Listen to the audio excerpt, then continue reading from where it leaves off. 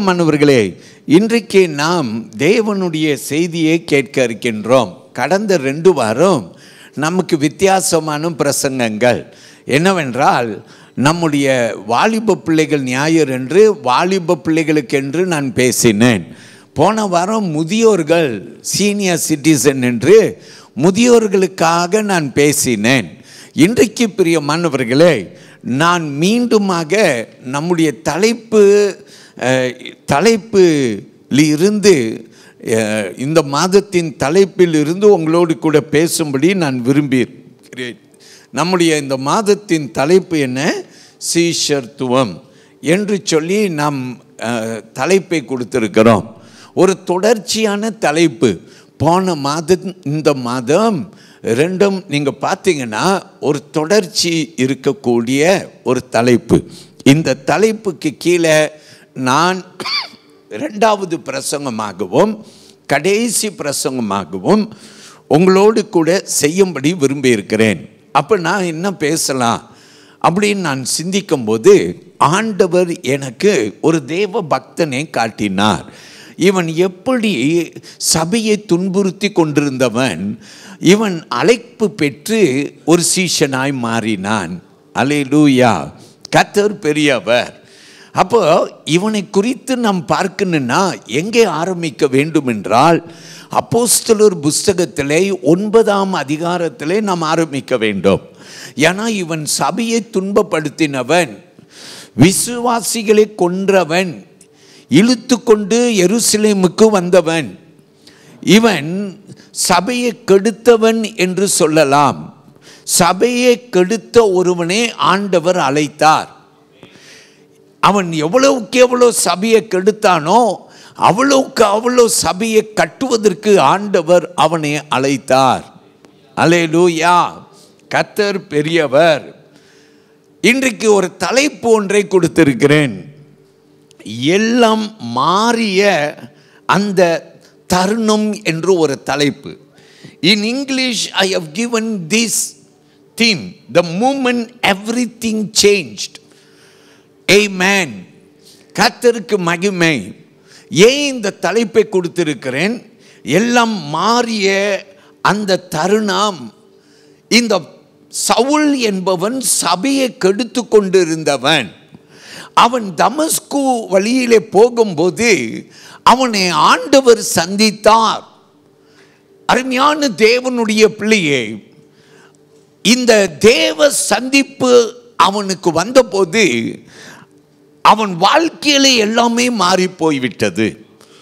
ஒவ்வொரு மனுஷனும், ஒவ்வொரு தேவ பிள்ளையும், இங்கு அமர்ந்திருக்கிற கர்த்தருடைய பிள்ளைகளே, ஆண்கள், பெண்கள், முதியோர், சிறு பிள்ளைகள், வாலிபர்கள், எல்லாருடைய வாழ்க்கையிலும் இப்படி ஒரு நாள் வர்றதற்கு எல்லாரும் விரும்ப வேண்டும்.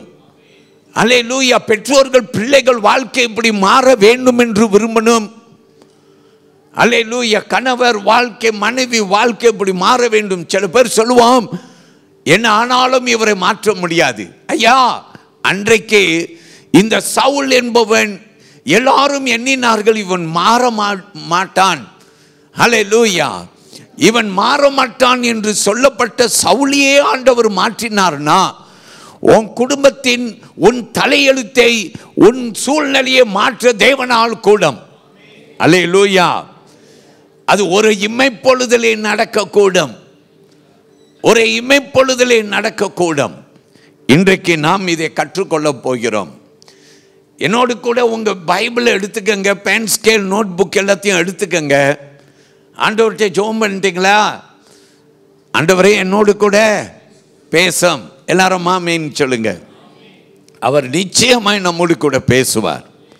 அல்லேலூயா! ஹட்சன் டெய்லர் என்று சொல்லப்பட்ட ஒரு சிறந்த மிஷனரி ஒருவர் இருந்தார். ஹட்சன் டெய்லர் என்று நாம் சொன்னாலே, இந்த சிறந்த ஊழியக்காரர், இவர் சிறப்பாய் செய்த ஊழியம் எங்கன்னா சைனா தேசத்தில். எல்லாருக்கும் தெரிய வேண்டும், ஹட்சன் டெய்லர் அவர் சைனா தேசத்திற்கு ஊழியத்துக்கு சென்ற ஒரு பெரிய தேவ மனுஷன். எல்லாரும் சொல்லுங்க ஆமென். இந்த தேவ மனுஷன் ஒரு பெரிய சாட்சியாய் இருக்கிறார். பிறந்தது 1832 1832 2ஆம் ஆண்டில் பிறந்த இந்த தேவ மனுஷன், அவர் பிறந்த இடம் பன்ஸ்லி, இங்கிலாந்து தேசத்திலே பிறந்தவர் என்று சொல்லப்படுகிறது. நல்ல ஒரு குடும்பம், வசதியான குடும்பத்தில் பிறந்தவர் தான் இந்த ஹட்சன் டெய்லர். எல்லாம் இருக்கக்கூடியவர், வசதியாய் வாழக்கூடியவர். It was the year we realize 17 years later, ஒரு 17 வருடத்திற்கு பின்பு 1849 அவருக்கு வயது 17. அந்த வயதிலேயே அவர் ஆண்டவரால் தொடப்பட்டார். இன்னைக்கு ரொம்ப வாலிப பிள்ளைகள் எப்படி வாழ்றோம்னா, எல்லாருக்கும் ஒரு எண்ணம் வந்து விட்டது. வாலிப வயது என்பது நான் கொண்டாடுகிற ஒரு வயது, வாலிப வயதை அனுபவிக்கிற ஒரு வயது என்ற ஒரு எண்ணம் வந்து விட்டது. நான் 21 வயதாய் இருக்கும்போது நான் ஊழியத்துக்கு படிக்க கடல் கடந்து நான் போய்விட்டேன். இங்கு ஹட்சன் டெய்லரை குறித்து சொல்லப்படுகிறது. அவர் 17 வயதாய் இருக்கும்போது தன் வாழ்க்கையை ஆண்டவருக்கென்று ஒப்பு கொடுத்தாராம். அது மட்டும் அல்லாமல் அவர் 21 வயது ஆகும்போது அவருக்குள்ளார ஒரு ஏக்கம், ஒரு தாகம் வந்ததாம். என்ன ஏக்கம், என்ன தாகம் அப்படின்னு சொன்னீங்கன்னா, 21 வயதாய் இருக்கும்போது அவர் மனசில், it was 1853, he was only 21 years old and he had this desire to become a missionary for the Lord. ஒரு மிஷனரி ஆக வேண்டும், ஆண்டவருக்காக நான் மிஷன் பணியிலே என்னை ஒப்பு கொடுக்க வேண்டும் என்றதான ஒரு பெரிய வாஞ்சை வந்துச்சான். அவரை குறித்து வாசித்தா சொல்லப்படுகிறது, ஒரு புஸ்தகம் ஒன்று வாசித்து கொண்டிருந்தாராம். அந்த புஸ்தகம் பெயர் the spirit of the age என்றதான ஒரு புஸ்தகம், the spirit of the age.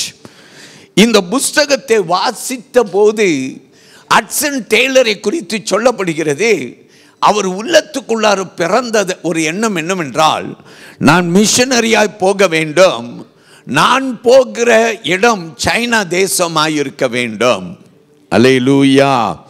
உடனடியாக அவர் முற்றிலுமாய் தன்னை ஒப்பு கொடுத்தாராம். நாம் சொல்லுவோமா ஆமேன்?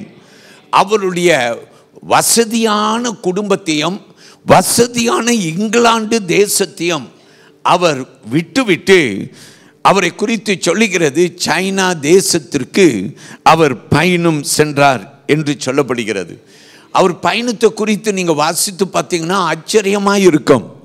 அவருக்கு உண்டான எல்லாவற்றையும் விற்பனம் செய்து அவருக்கு வந்த அந்த கொஞ்சம் பணத்தை வைத்து தான் நான் ஊழியத்துக்கு போவேன் என்று சொல்லி எண்ணி அவருக்கு உண்டான எல்லாவற்றையும் விட்டுவிட்டாராம்.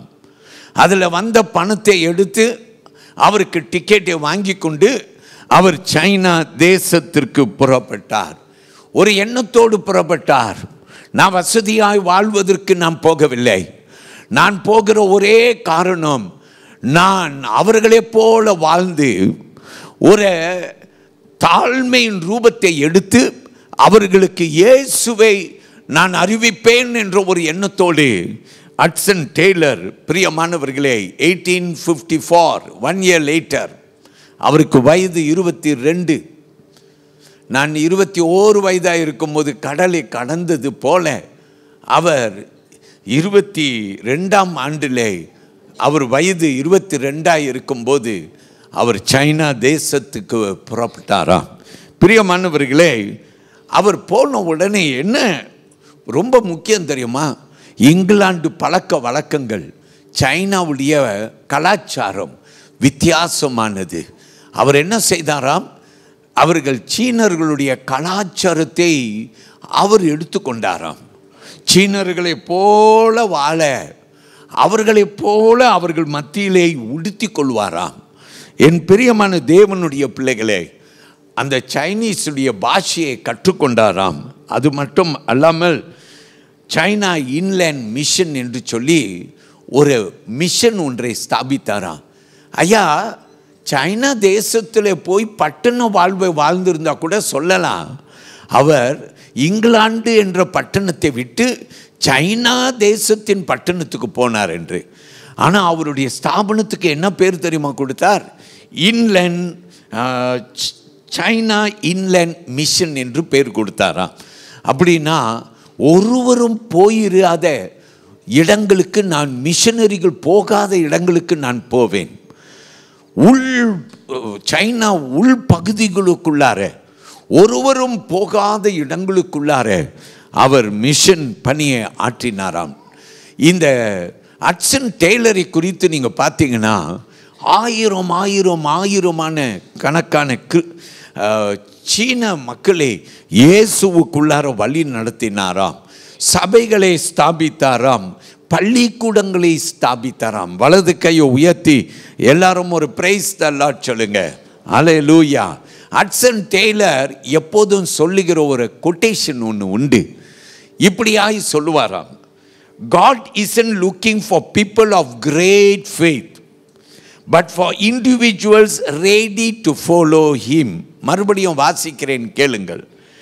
God isn't looking for people of great faith, but for individuals ready to follow him. ஆண்டவர் பெரிய விசுவாசிகளை தேடவில்லை, அவரை பின்பற்ற விருப்பமுடையவர்களை அவர் தேடுகிறார். அல்லேலூயா. வலது கையை உயர்த்தி கர்த்தரை மகிமைப்படுத்துங்கள். ஹட்சன் டெய்லர் 17 வயதில் இயேசுவுடைய சீஷனானான். 21 வயதிலே சீஷத்துவத்தை எடுத்து செல்லுகிறவனாய் மாறிவிட்டான். 17 years old he was when he became a disciple of Jesus. 21 years old he was already planning to make disciples in China. Shall we say amen? என் பிரியமான தேவ பிள்ளையே, சபை என்றது நல்லது. ஆனால் சபையில் இருக்கிறவர்கள் நம்ம எல்லாரும் சீஷர்கள். நம் சீஷர்களாக மட்டும் இருக்கக்கூடாது, நாம் போய் சீஷர்கள் ஆக்க வேண்டும். இந்த சபையிலே அநேக நிகழ்ச்சிகள் நடக்குது. நான் வந்து இந்த நிகழ்ச்சியிலே பங்கு பெற்று நான் ஆசீர்வாதம் பெற்று போக வேண்டும் என்று வரக்கூடாது. நீ மற்றவர்களை கொண்டு வந்து நீ ஆசீர்வதிக்கப்பட வேண்டும் என்று நீ விரும்ப வேண்டும். நம்ம எல்லாரும் சொல்லுவோம் ஆமென். கர்த்தர் பெரியவர். இந்த ஹட்சன் டெய்லரை போல சீஷத்துவம் என்பது முற்றிலுமான ஒரு அர்ப்பணம். நல்லா படித்திருந்த ஒரு ஹட்சன் டெய்லர் வசதியான வீட்டை விட்டு தாழ்மை ரூபத்தை எடுத்து சைனாவில் போய் காலம் பூரா ஊழியத்தை செய்தது போல ஒரு சீஷன் யாராய் இருக்க வேண்டும் என்றால் அவன் முற்றிலுமாய் தன்னை அர்ப்பணம் செய்தவனாக பாடுகளை ஏற்றுக்கொள்ளக்கூடியவனாய் இருக்க வேண்டும். Hudson Taylor was prepared to suffer. He surrendered his life to Jesus completely and he was prepared to suffer. பிரியமானவர்களே, ஒரு சீஷன் யாராய் இருக்க வேண்டும் என்றால் முற்றிலுமாய் தன்னை ஒப்பு கொடுக்க வேண்டும், சரணம் அடைய வேண்டும். எனக்கு இருக்கிற கொஞ்சம் டைமை கொடுக்கிறேன் என்று வாழ்ற வாழ்க்கை சீஷனுடைய வாழ்க்கை அல்ல. ஒரு சீஷன் என்பவன் தன் வாழ்க்கையை முற்றிலுமாய் பணி வைக்க வேண்டும். அது மட்டுமல்லாமல் ஆண்டவருக்காக தியாகம் செய்ய வேண்டும், வாழ வேண்டும். இன்னைக்கு இந்த ஒரு அடிப்படையோடு சவுலை பவுலாய் மாற்றின இந்த சவுல் பவுல் என்று நாம் கற்றுக்கொள்ள போறோம். நான் உங்களுக்கு எடுத்திருக்கிற வேத பகுதி அப்போஸ்தலர் 9ஆம் அதிகாரத்தில் வசனங்கள் 3 துவங்கி 6ஆம் வசனம் வரையிலும். I will ask you to refer to your scripture in Acts of the Apostle chapter 9 and come with me to verses 3 to 6. I will read in English and then follow in Tamil. And as he journeyed, he came near Damascus, and suddenly a light shone around him from heaven. Then he fell to the ground and heard a voice saying to him, Saul, Saul, why are you persecuting me? And he said, who are you, Lord? And the Lord said, I am Jesus, whom you are persecuting. It is hard for you to kick against the gods. So he, trembling and astonished, said, Lord, what do you want me to do? And the Lord said to him, arise and go into the city and you will be told what you must do. Amen. கேட்போம் இந்த வார்த்தையை. அவன் பிரயாணமாய் போய் தமஸ்குவுக்கு சமீபித்த போது சடிதியிலே வானத்திலிருந்து ஒரு ஒளி அவனை சுற்றி பிரகாசித்தது. அவன் தரையிலே விழுந்தான். அப்பொழுது சவுலே சவுலே, நீ என்னை ஏன் துன்பப்படுத்துகிறாய் என்று தன்னுடனே சொல்லுகிற சத்தத்தை கேட்டான். அதற்கு அவன், ஆண்டவரே, நீர் யார் என்றான். அதற்கு கர்த்தர், நீர் துன்பப்படுத்துகிற இயேசு நானே. முள்ளில் உதைக்கிறது உனக்கு கடினமாம் என்றார். அவன் நடுங்கி திகைத்து, ஆண்டவரே, நான் என்ன செய்ய சித்தமாய் இருக்கிறீர் என்றான். அதற்கு கர்த்தர், நீ எழுந்து பட்டணத்திற்குள்ளே போ, நீ செய்ய வேண்டியது அங்கே உனக்கு சொல்லப்படும் என்றார். நம்ம எல்லாரும் சொல்லுவோம் ஆமென், ஹல்லேலூயா. இங்கே வேத வசனத்திலே சில பாடங்களை நாம் கற்றுக்கொள்வோம். என்ன பாடம் கற்றுக்கொள்ளலாம்? அவன் தமஸ்குவுக்கு போகிற ஒரே காரணம் என்னன்னா, கிறிஸ்தவர்களை துன்பப்படுத்த. அங்கே வேத வசனம் நமக்கு சொல்லுகிற ஒரு பெரிதான வார்த்தை என்னன்னா, அவன் தமஸ்குவின் அருகேயிலே வந்தபோது திடீரென்று ஒரு ஒளி பிரகாசித்தது என்று நமக்கு வேதம் சொல்லுங்க. எங்கிருந்து இந்த ஒளி பிரகாசித்தது? வானத்தில் இருந்து. அப்படின்னா முதல் பாடம் நாம் கற்றுக்கொள்கிறோம் வசனம் 3. இது சாதாரணமான ஒளி அல்ல. ஹல்லேலூயா. சாதாரணமான ஒளி அல்ல. பாருங்க, நமக்கு ஸ்பாட் லைட்லாம் இருக்குது. திடீரென்று நம்முடைய பிரதர்ஸ் இந்த ஸ்பாட் லைட்டை தட்டி பாஸ்டருக்கு ஒரு ஒளி பிரகாசத்தை கொடுக்கலாம். ஹல்லேலூயா. இது நம் உருவாக்கின ஒளி. ஆனால் இங்கே நமக்கு சொல்லப்படுகிறது வானத்திலிருந்து ஒரு ஆச்சரியமான ஒரு ஒளி. ஹல்லேலூயா. அப்போ இது என்னமா இருக்கும்? இது தேவனுடைய ஒளி. ஹல்லேலூயா. தேவனுடைய மகிமை உதித்தது. ஹல்லேலூயா. எல்லாரும் சொல்லுங்கள் ஆமென். ஆண்டவருடைய ஒரு ஒளி பிரகாசித்தது என்று சொல்லப்படுகிறது. இயேசு பிறந்தபோது அங்கே வயலில் நாம் பார்க்கிறோம், மேய்ப்பர்கள் அவர்கள் ஆடுகளை மேய்த்து இரவலை ஓய்ந்திருக்கிறார்கள். திடீரென்று ஒரு ஒளி, தேவ தூதர்கள் வானத்திலே தோன்றினார்கள். ஹல்லேலூயா. இப்படிப்பட்டதான ஒரு அனுபவம் சொல்லுவோமா? ஹல்லேலூயா. வானத்தில் இருந்து தோன்றின ஒரு அனுபவம். இங்கே அமர்ந்திருக்கிற பலர் இருக்கலாம். என் ரட்சிப்பின் அனுபவத்தை நான் சொல்ல வேண்டும் என்றால், என்னுடைய வாழ்க்கையில் திடீரென்று இப்படி ஒரு பிரகாச ஒளி தோன்றினது. சிலர் ஜப வேளையிலே சொல்லுகிறார்கள், ஒரு பிரகாச ஒளி. ஆமேன், ஹல்லேலூயா. என்கிட்ட வந்து ஜெபம் பண்ணி சொல்லுவாங்க, பாஸ்டர் ஒரு பிரகாச ஒளி. சிலர் என்கிட்ட சொல்லுவாங்க, பாஸ்டர் நீங்கள் பிரசங்கம் பண்ணி கொண்டு இருக்கும்போது ஒரு ஒளியை கண்டேன். ஹல்லேலூயா. கர்த்தர் பெரியவர். என் பிரியமான தேவனுடைய பிள்ளையே, இது மனிதன் உண்டு பண்ணின ஒளி அல்ல. இது தேவன் அவருடைய மகிமையிலே இந்த தமஸ்குவை நெருங்கின சவுலை தொடும்படி ஆண்டவருடைய ஒளி. ஹல்லேலூயா. கர்த்தர் பெரியவர். அது மட்டும் அல்லாமல் அந்த ஒளியை குறித்து ஏன் ஆண்டவர் அப்படிப்பட்ட ஒரு ஒளியை அவர் கட்டளையிட்டார் அப்படின்னு சொன்னா, எப்போ பார்த்தாலும் ஒளி என்பது பைபிளில் என்னத்தை காட்டுகிறது? பரிசுத்தத்தை காட்டுகிறது. ஆமேன். இவன் சவுல் என்பவன் அவன் பாவி, பாவம் நிறைந்தவன், துன்மார்க்கம் நிறைந்தவன். ஹல்லேலூயா. இந்த ஆண்டவர் ஒரு ஒளியிலே ஏன் இவனுக்கு தோன்றினார்? ஒரே காரணம் பிரியமானவர்களே, அவருடைய ஒளி வந்தபோது அவனுடைய இருளான வாழ்க்கை, அந்தரங்க வாழ்க்கை, பாவ வாழ்க்கை வெளிப்பட ஆரம்பிக்கிறது. ஹல்லேலூயா. எல்லாரும் சொல்லுங்கள் ஆமேன். ஆண்டவரே நீர் யார்? ஹல்லேலூயா. நான் என்ன செய்ய வேண்டும்? ஒரு மனுஷனை ஆண்டவர் சந்தித்தால் உடனே ஆண்டவர் பாவ உணர்வை கொண்டு வருகிறார். இதை நீங்கள் வேதத்தில் எங்கேயும் பார்க்கலாம். ஆண்டவர் ஒரு மனுஷனை சந்தித்தால் உடனே ஆண்டவர் வெளிப்படுத்துவது என்னவென்றால், அவனுக்குள்ளார இருக்கிற பாவம் வெளிப்படுகிறது. ஹல்லேலூயா.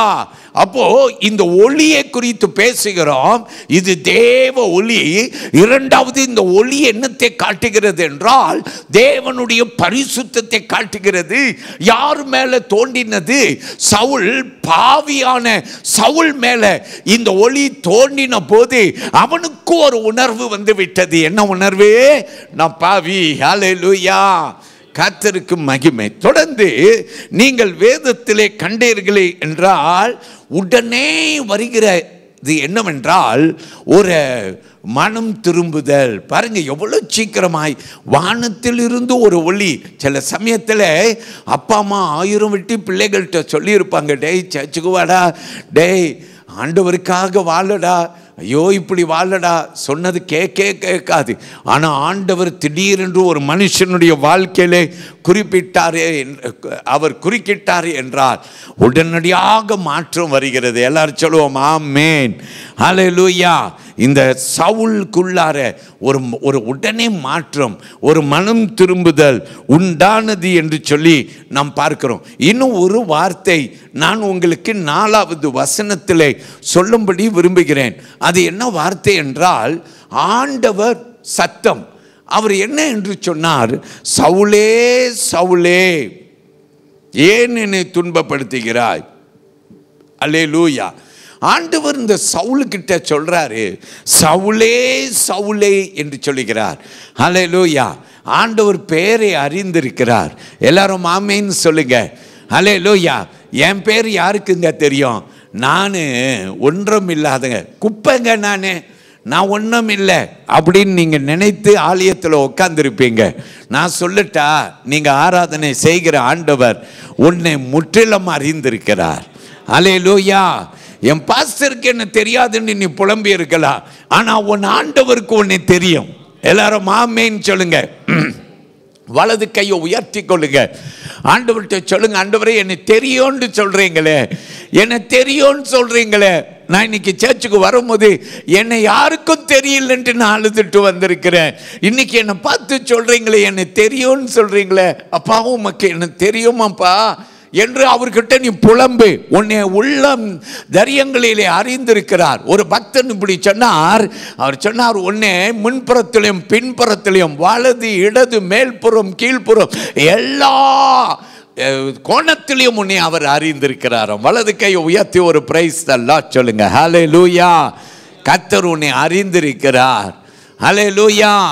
கர்த்தருக்கு மகிமை. தொடர்ந்து நாம் கற்றுக்கொள்வோம். ஆண்டவர் அவர் இந்த மனுஷனை சவுலே சவுலே என்று அழைத்தார். அப்போ என்ன நம்ம புரிஞ்சு கொள்றோம்னாக்கா, ஒரு மனுஷனே ஆண்டவர் பெயர் சொல்லி அறிந்திருக்கிறார். தாயின் கருவத்திலே நீ உருவாவதற்கு முன்பே நான் உன்னை அறிந்திருக்கிறேன் என்று சொன்ன ஆண்டவர் அவர். எல்லாரும் சொல்லுவோம் ஆமென், அல்லேலூயா, அல்லேலூயா. இன்னொன்று என்ன தெரியுமா? உன்னை பெயர் சொல்லி அறிந்திருக்கிறார் என்றால், இன்னைக்கு நான் சொல்றேன் உங்ககிட்ட, உன் பெயரை சொல்லி அறிந்திருக்கிறார் என்று சொல்றேன். நான் சொல்றேன், ஆண்டவர் உன்னை அழைக்கிறார், உன் பெயரை கூப்பிடுகிறார். சவுலே என்று கூப்பிடுகிறார். மகளே, உன் பெயரை சொல்லி உன்னை கூப்பிடுறார். அல்லேலூயா. வீட்டில் பாருங்க, அம்மா கிச்சனில் இருப்பாங்க, நீ பிள்ளை முன்னுக்கு ஹாலில் இருப்ப. உன் பெயரை சொல்லி அம்மா கூப்பிட்டா நீ என்ன செய்வ? தெரியாத மாதிரி இருப்பியா? நீ தெரியாத மாதிரி இருந்தா 2வது வட்டி கூப்பிடுவாங்க. அல்லேலூயா. சாமுவேல் தெரியாம ஓடினான். யாருக்கிட்ட? ஏலி கிட்ட. திரும்பி வந்து படுத்துக்கிட்டான். திரும்பி ஆண்டவர் கூப்பிட்டார். அவனுக்கு தெரியல ஆண்டவர் கூப்பிடுறாருண்டு. அல்லேலூயா. ஓடினான். 3வது வட்டி 4வது வட்டி தான் பேசும் அடியேன் கேட்கிறேன்னு சொன்னான். ஆமென். பிரியமான தேவனுடைய பிள்ளைய, அம்மா 2வது வட்டி கூப்பிடுவாங்க. 2வது வட்டியை நீ கேட்கலன்னு வச்சுக்க, 3வது வட்டி பிரம்ப தூக்கிட்டு வருவாங்க. அல்லேலூயா. அடிச்சாவது அவங்க சத்தத்தை கேட்கணுன்ட்டு அல்லேலூயா அப்பா கூப்பிட்டு பார்ப்பாரு. அப்பாவுக்கு கோபம் வந்து ஒரு அதட்டு போடுவார், டாயின்னுவார். அப்புறம்தான் ஒரு கலக்கம் வரும், அப்பா சீரியஸ்ன்னு வரும். இன்னைக்கு ரொம்ப பேர் ஆண்டவர் உன்னை கூப்பிடுறார், உனக்கு தெரியல. உங்கள் அப்பா அம்மா கிட்ட நீ கண்ணம்பூச்சி விளையாடுறது மாதிரி நீ ஆண்டவர்கிட்ட விளையாண்டுட்டு இருக்கிறாய். ஆண்டவர் உன்னை அழைக்கிறார். நான் என்ன சொல்ல வரேன்னா, ஆண்டவர் கூப்பிட்டார் ரொம்ப சந்தோஷமாக போவாது, அதுக்கு மறுமொழி கொடுக்கணும். உங்க அம்மா கூப்பிட்ட போது அம்மாவுக்கு மறுமொழி கொடுத்து ஓடி போறல, அம்மா கிட்ட போய் அம்மா என்ன வேணும்னு கேட்கறல, அப்பா கூப்பிட்டா போறல. அதே மாதிரி ஆண்டவர் உன்னை கூப்பிட்டா நீ அவருக்கு மறுமொழி கொடுக்கணும். You must respond. அதனால தான் நீங்க பார்ப்பீங்க, சவுல் என்பவன் ஆண்டவரே நான் என்ன செய்ய வேண்டும் என்று அவன் ஆண்டவர்கிட்ட கேட்டான் என்று சொல்லி நாம் பார்க்கிறோம். எல்லாரும் ஆமீன் சொல்லுங்க. ஹல்லேலூயா, ஹல்லேலூயா. கர்த்தருக்கு மகிமை. நாம் கற்றுக்கொள்கிறது என்னன்னா, ஆண்டவர் இப்படி பெரிய கூட்டத்தில் நீங்கள் உட்காந்து, நீங்கள் சர்ச்சில் ஒரு கூட்டத்தில் ஒரு கார்னரில் உட்காந்துட்டு நீங்கள் கேட்டுட்டு போயிடலாம், நீங்கள் பாட்டுக்கு போயிடலாம். உங்களுக்கு தெரியுமா ஆண்டவர் யார் என்று? அவர் கூட்டத்தில் பேசினாலோ தனிப்பட்ட உன்னோடு கூட பேசுகிறவர், உன் பக்கத்தில் வருகிறவர். பாஸ்டர் தாங்க இங்கிருந்து பேசுகிறாரு, ஆண்டவர் உன் அருகில் இருக்கிறார். எல்லாரும் ஒரு ஹல்லேலூயா சொல்லுவோம். ஆமென். இன்னைக்கு ரொம்ப சீக்கிரமாய் 3 காரியத்தை நான் உங்களுக்கு கற்றுக் கொடுக்கிறேன். முதலாவது சீஷத்துவத்தின் அழைப்பு. சீஷத்துவத்தின் அழைப்பு. பிரியமானவர்களே, ஆண்டவர் இந்த சவுலை சீஷத்துவத்திற்கு அழைத்தார். வசனத்தை கேளுங்கள். வசனம் 15, 16 கவனியுங்கள்.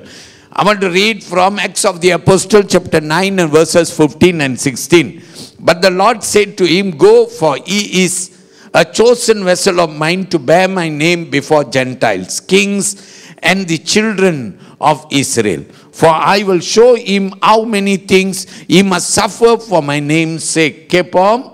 அதற்கு கர்த்தர், நீ போ, அவன் புறஜாதிகளுக்கும் ராஜாக்களுக்கும் இஸ்ரவேல் புத்திரருக்கும் என்னுடைய நாமத்தை அறிவிக்கிறதற்காக நான் தெரிந்து கொண்ட பாத்திரமாய் இருக்கிறான். அவன் என்னுடைய நாமத்து நிமித்தம் எவ்வளவாய் பாடுபட வேண்டும் என்பதை நான் அவனுக்கு காண்பிப்பேன் என்றார். எல்லாரும் ஒரு ஆமென் சொல்லுங்க. ஹல்லேலூயா. நல்லா கவனிங்க. ஆண்டவர் அனனியா இடத்திலே பேசுகிறார். ஹல்லேலூயா. வசனம் 13 கவனித்தீங்கன்னாக்கா, அனனியா என்று நாம் பார்க்கிறோம். ஆண்டவர் யார்கிட்ட பேசுகிறார்? ஆண்டவர் அனனியா கிட்ட பேசுகிறார். வசனம் 10 இருந்து நீங்கள் வாசிச்சுட்டு வரலாம். இப்போ அனனியா கிட்ட ஆண்டவர் சொல்றார், இந்த சவுல் என்பவன் நான் தெரிந்து கொண்ட பாத்திரம். எல்லாரும் வலது கை உயர்த்தி ஒரு பிரைஸ் எல்லாம் சொல்லுங்க. ஹல்லேலூயா. எனக்காக என்ன செய்ய போறான் இவன்? பாடுகளே அனுபவிக்க போறான், பட போறான். ஆண்டவர் சொல்றார். ஆமேன். நல்ல கவனிங்க. ஆமேன். நான் தெரிந்து கொண்ட பாத்திரம். ஆமேன். இன்னைக்கு நான் ஏன் தெரியுமா சபையில் பாஸ்டராக இருக்கிறேன்?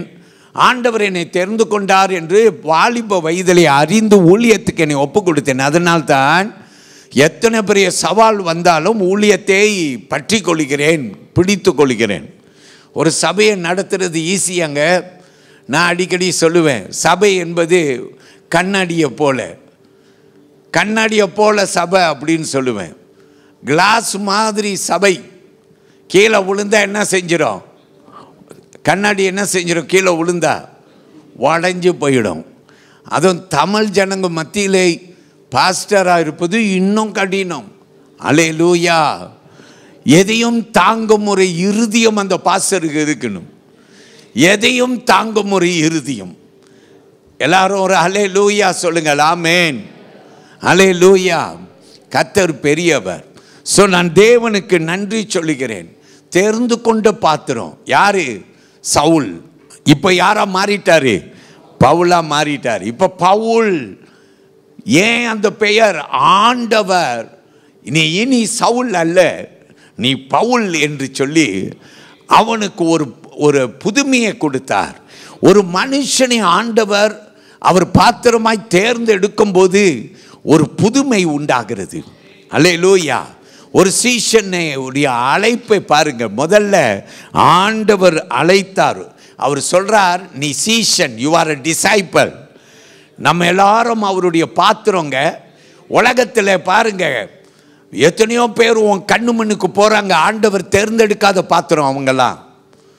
எத்தனையோ பேர் வீதியில் நடக்கிறாங்க, உன் கூட வேலை செய்கிறாங்க, உன் பள்ளிக்கூடத்தில் உன் கூட படிக்கிறாங்க, இன்னும் அவங்க தேர்ந்தெடுக்கப்படல. ஆனால் நீ தேர்ந்தெடுக்கப்பட்டு விட்டாய். அல்லேலூயா. உனக்கு தெரியுமா, நம்ம எல்லாரும் ஒரு பாத்திரம், கருவி. ஆண்டவருக்கு ஒரு கருவி. அல்லேலூயா. ஒரு பக்தன் இப்படி பாடினார், நான் உம் திருக்கரத்தின் இசை கருவினா நாள்தோறும் பயன்படுத்தும் உந்தன் சித்தம் போல். நல்லா இருக்குல்ல இந்த பாடல்? நாதா ஃபாதர் பர்க்மன்ஸ் பாடல் நினைக்கிறேன்ல. உம் திருக்கரத்தின் இசை கருவி நான். அல்லேலூயா. யாரெல்லாம் அப்படி யோசனை பண்ணியிருக்கா? யாரெல்லாம் தெரியும் நீ சீஷன்? உலகத்தில் நிறைய பேர் ரட்சிக்கப்படல, இன்னும் சீஷன் ஆகல. நீ சீஷன் ஆயிட்டாய். ஆண்டவர் உன்னை சொல்றார், நான் தேர்ந்தெடுத்த ஒரு பாத்திரம் நீ. அல்லேலூயா. பவுல் கிட்ட சொல்றாரு, இனி பவுல் அவன் எனக்கென்று பாடுகளை அனுபவிப்பான். அல்லேலூயா. சொல்லுங்க ஆமென். அல்லேலூயா. பிரியமான தேவனுடைய பிள்ளையே, ஆண்டவருக்கு மகிமை உண்டாகட்டும். அந்த 16வது வசனத்தை பார்த்தீங்கன்னா, அந்த வசனம் சொல்லுகிறது, ஒரு சீஷன் பாடுபட தயங்கவே கூடாது. பாடுபட ஹட்சன் டெய்லர் பாடுங்க, நல்ல வசதியை விட்டு தாழ்மையை அணிந்து கொண்டு பாடுகளை படுவதற்கு சைனா தேசத்தில் இப்போ போனால் கூட பயமாக இருக்கு. ஆனால் அந்த தேசத்துக்குள்ளார 18th செஞ்சுரியே போயிட்டாருன்னா அது எவ்வளோ பெரிய ஒரு காரியம். எல்லாம் ஆமேன்னு சொல்லுங்க. அல்லேலூயா. என் பிரியமான தேவனுடைய பிள்ளையை, கர்த்தர் பெரியவர். ஒரு தேவ மனுஷன் இருக்கிறார், அவரும் ஒரு ஊழியக்காரர். ஜான் நியூட்டன் என்று சொல்லப்படுகிற ஒரு பெரிய ஊழியக்காரர். எல்லாரும் ஒரு ஆமேன்னு சொல்லுங்க. அல்லேலூயா. சிறந்த ஊழியக்காரர். இந்த ஊழியக்காரர் ஊழியத்துக்கு வருவதற்கு முன்பு அவருடைய தொழில் என்ன தெரியுமா? அடிமைகளே வியாபாரம் செய்கிறது தான் அவருடைய தொழில்.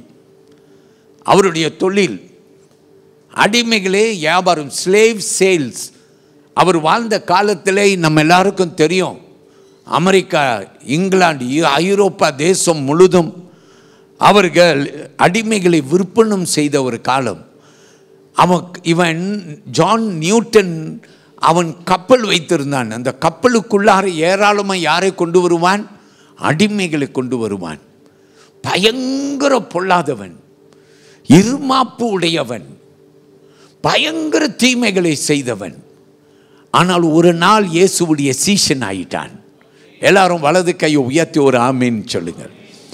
இயேசுவுடைய ஒரு சீஷன் ஆயிட்டான். எப்படி அவன் இயேசுவுடைய சீஷன் ஆக முடியும்? பயங்கர முரட்டாட்டம். யாராவது இங்கே இருக்கீங்களா? உங்கள் கணவர் முரட்டாட்டம் பண்ணுகிறவர். சில பேர் சொல்லுவாங்க, சர்ச்சுக்கு வந்தால் தாங்க அமைதி, வெளியில் பண்ணுற முரட்டாட்டம் இருக்குதே சகிக்க முடியலன்னு தலையில் அடித்து கொள்வார்கள். அல்லேலூயா. முரட்டாட்டம்காரர்கள். அல்லேலூயா. சில பேர் கோபப்பட்டுட்டா பயங்கர கோபம் வரும். அல்லேலூயா. பிரியமானவர்களே, அப்படிப்பட்டவன் தான். நீங்கள் எவ்வளோ வர்ணித்தாலும் அவன் தான் இந்த ஜான் நியூட்டன். அல்லேலூயா. ஒரு நாள் இவன் ஆண்டவருக்கென்று தன்னுடைய வாழ்க்கையை ஒப்பு கொடுத்தான். எல்லாரும் ஆமேன்னு சொல்லுங்க. தன்னுடைய வாழ்க்கையை ஆண்டவருக்கென்று ஒப்பு கொடுத்தான். இவன் ஒப்பு கொடுத்தான், எப்படி ஒப்பு கொடுத்தான் அப்படின்னு கேட்டால், ஒரு நாள் அவன் பயணம் போய் கொண்டிருந்த கப்பல் பயங்கர ஒரு அலையிலே மாட்டிக்கொண்டது.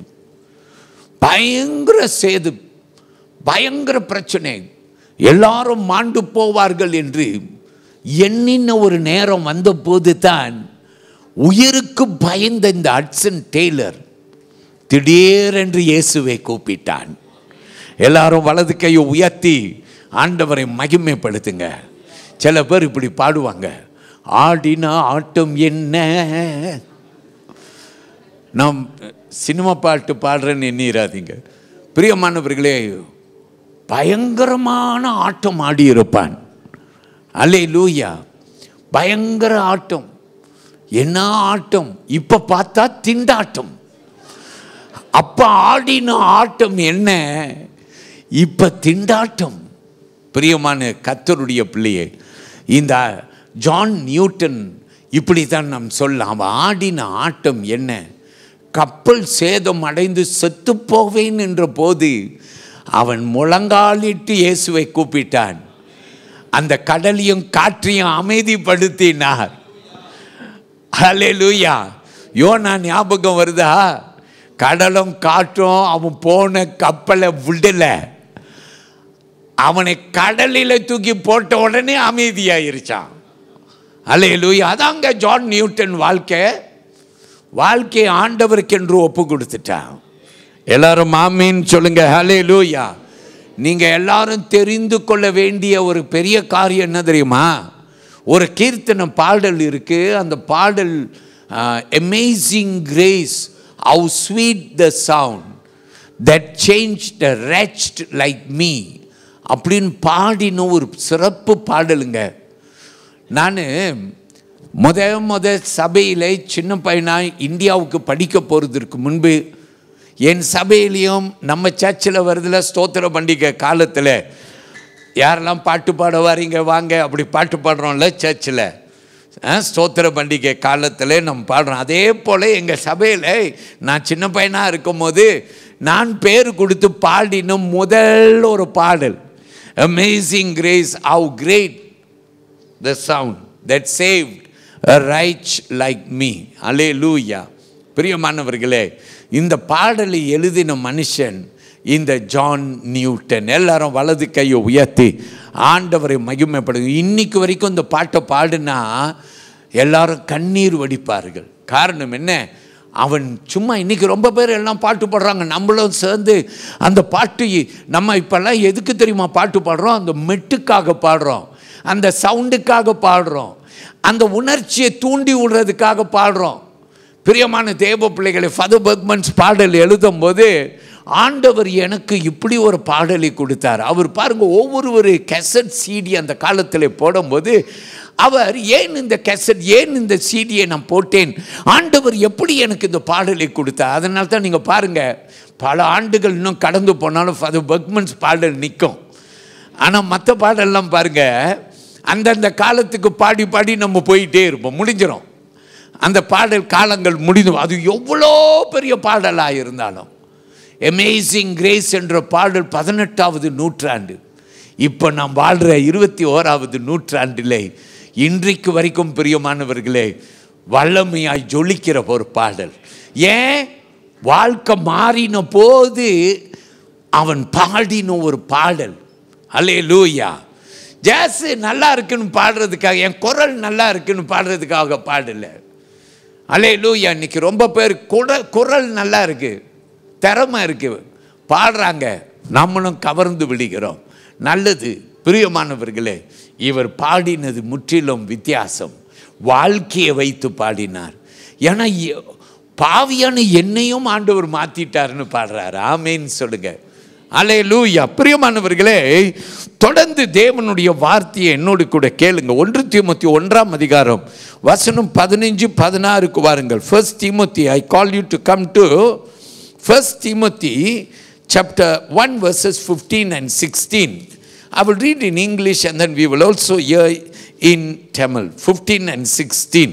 It goes like this. It says, "This is a faithful saying and worthy of all acceptance, that Christ Jesus came into the world to save sinners, of whom I am chief. However, for this reason I obtained mercy, that in me first Jesus Christ might show all long suffering as a pattern to those who are going to believe on him for everlasting life." Amen.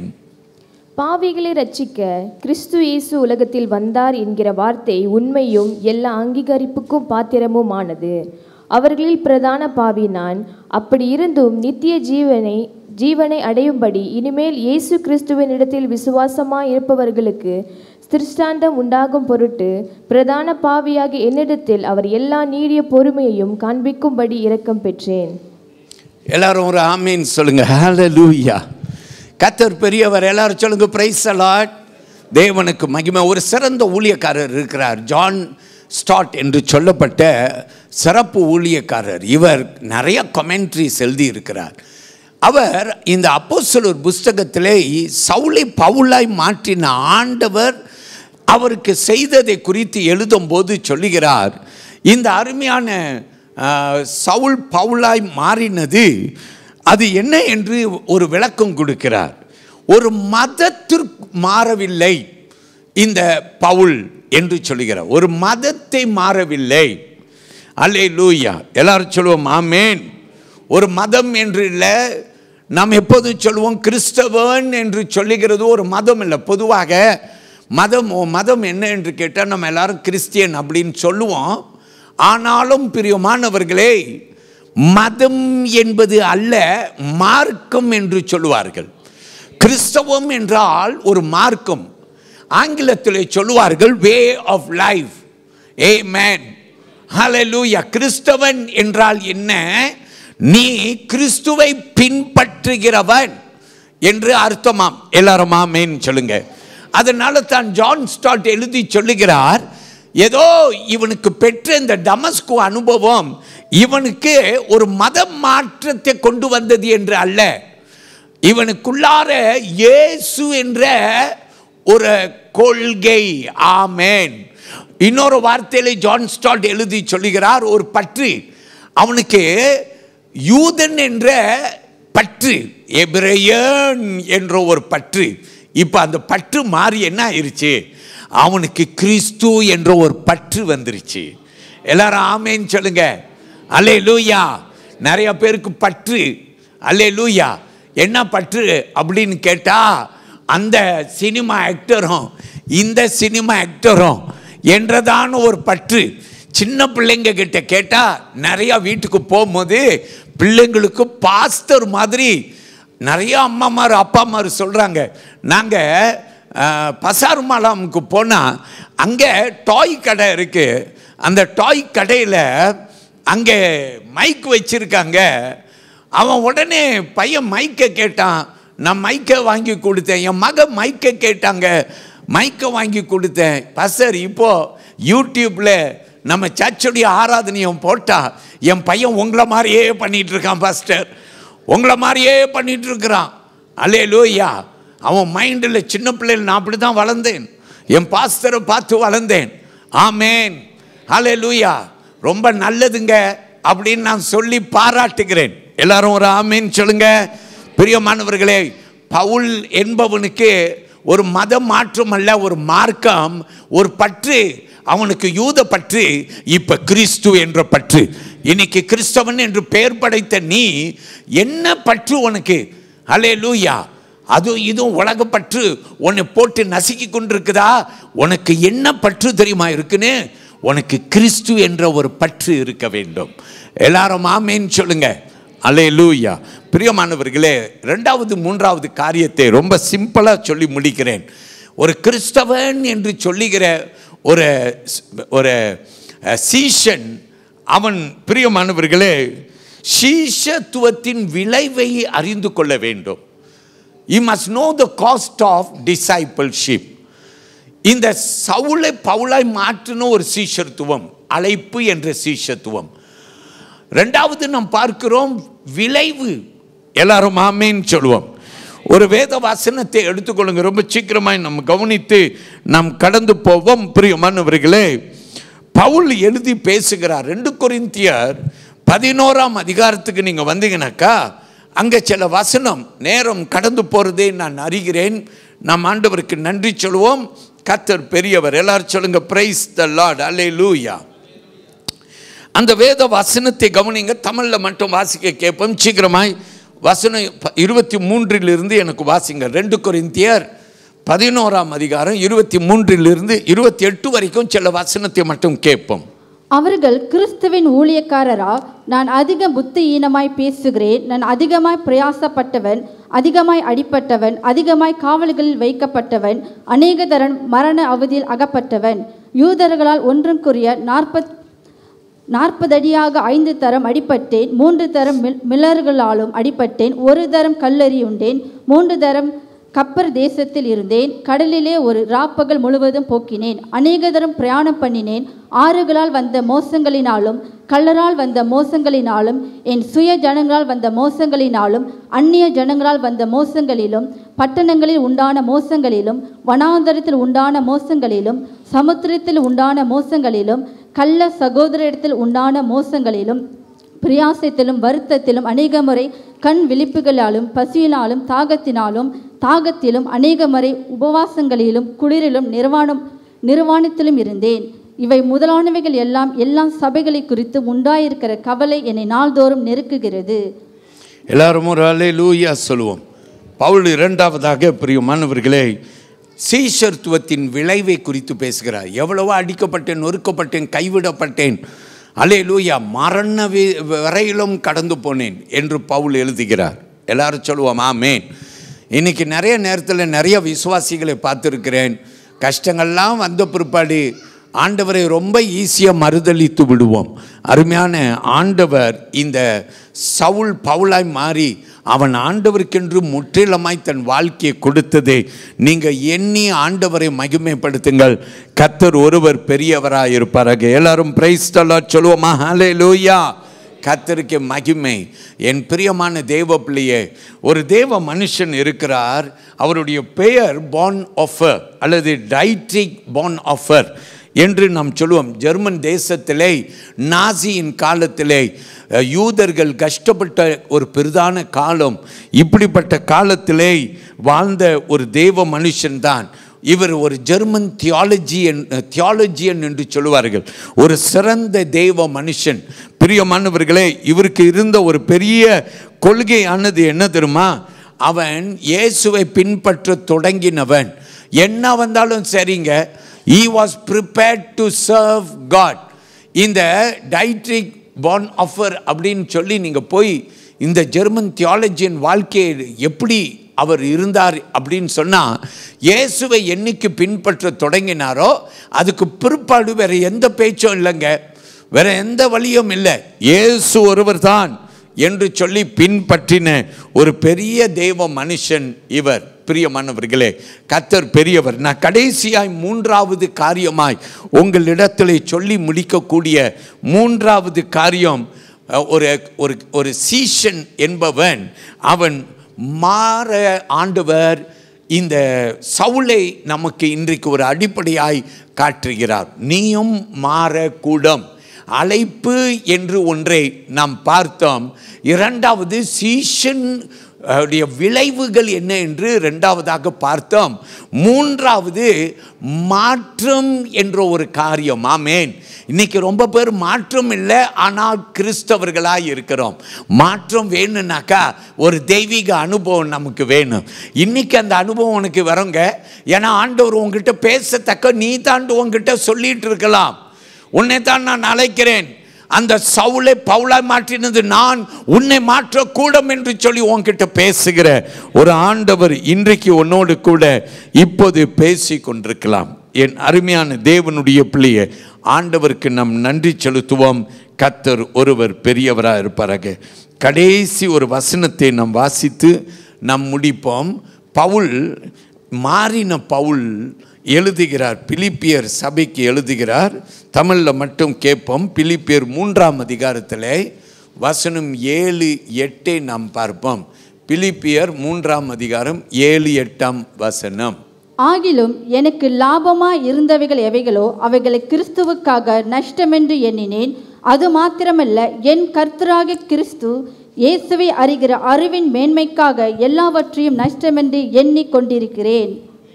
எல்லாரும் ஆமீன் சொல்லுங்க.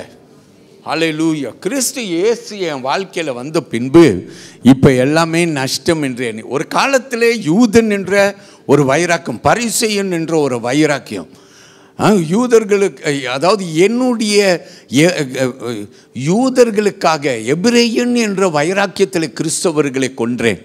ஹல்லேலூயா. இப்போ எல்லாவற்றையும் விட்டேன் என்று சொல்லுகிறார். எல்லாரும் ஆமீன் சொல்லுங்க. பிரியமான தேவனுடைய பிள்ளையை, கர்த்தர் உங்களை எல்லாரையும் நேசிக்கிறார். நம்ம எல்லாரும் சொல்லுவோம் ஆமேன். அல்லேலூயா. நான் இன்றைக்கு ஒரு சின்ன அழைப்பு கொடுக்க ஆசைப்படுறேன். ஒரு பக்கத்திலே சுகத்திற்காக சிலர் கண்ணீரோடு வந்திருக்கலாம். அல்லேலூயா. இன்னொரு பக்கத்திலே சிலர் பரிசுத்த ஆவியை பெறாமல் நீங்கள் வந்திருக்கலாம். நான் பரிசுத்த ஆவியை பெற விரும்புகிறேன் என்று விரும்பலாம். மூன்றாவதாக பிரியமானவர்களே, ஆண்டவர் உன்னை பெயர் சொல்லி அழைக்கிற ஒரு நேரமாக இருக்கலாம். இந்த பிரசங்கத்துக்கு தக்க இன்னைக்கு உன் கூட ஆண்டவர் பேசலாம். There can be 3 types of people. One, God is calling you as a disciple, as how God called Saul to become a Paul. 2, you may be wanting healing. 3, you may want the Holy Spirit. Amen. இன்னைக்கு நீ யார்? பிரியமான தெய்வ பிள்ளைகளே, சிலர் ஆலயத்தில் pastor எங்களுக்காக ஜெபம் பண்ண மாட்டாரா?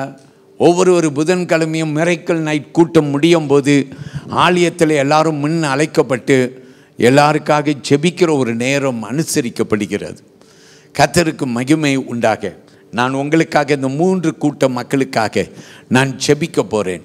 எல்லாரும் தெய்வ சந்நிதியில் எழுந்து நிற்போமா? ஆண்டவர் பெரியவராக இருப்பாராக. எல்லாரும் விரும்புகிற ஒரு முக்கிய காரியம் என்னதான் இருக்குன்னா, பரிசுத்த ஆவியில் நிரப்பப்பட வேண்டும் என்று எல்லாரும் விரும்ப வேண்டும். நீ பரிசுத்த ஆவியிலே நிரப்பப்பட வேண்டும். ஆண்டவர் உன்னை நிரப்ப அவர் வல்லவராய் இருக்கிறார். எல்லாரும் ஆமேன் சொல்லுவோமா?